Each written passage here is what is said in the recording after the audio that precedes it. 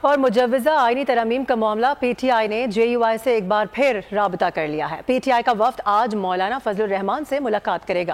اسی حوالے سے ہم بات کر لیتے ہیں۔ ہمارے ساتھ محمد علی جا موجود ہیں۔ علی جا بتائے گا، ایک بار پھر ملاقاتوں کا سلسلہ شروع ہو رہا ہے اس حوالے سے۔ دیکھیے، مولانا فضل الرحمان تقریر کے لیے جنوبی پنجاب گئے تھے، انہوں نے ملتان کا بھی دورہ کیا اور اس کے بعد اب انہوں نے دوبارہ سے اپنی سیاسی سرگرمیوں کا آغاز کر دیا ہے اور اب پاکستان تحریک انصاف کے وفد کا جے یو آئی سے باضابطہ رابطہ ہوا ہے۔ پی ٹی آئی کا وفد آج مولانا فضل الرحمان سے ملاقات کرے گا۔ ملاقات میں مجوزہ آئینی ترمیم پر گفتگو ہوگی۔ دونوں جماعتیں آئینی ترمیم سے متعلق آئندہ کی حکمت عملی پر مشاورت کریں گی۔ جے یو آئی اور پی ٹی آئی کے وفود کی ملاقات آج شام کو ہوگی۔ ملاقات میں دونوں جماعتوں کی لیگل ٹیمز کی شرکت بھی متوقع ہے۔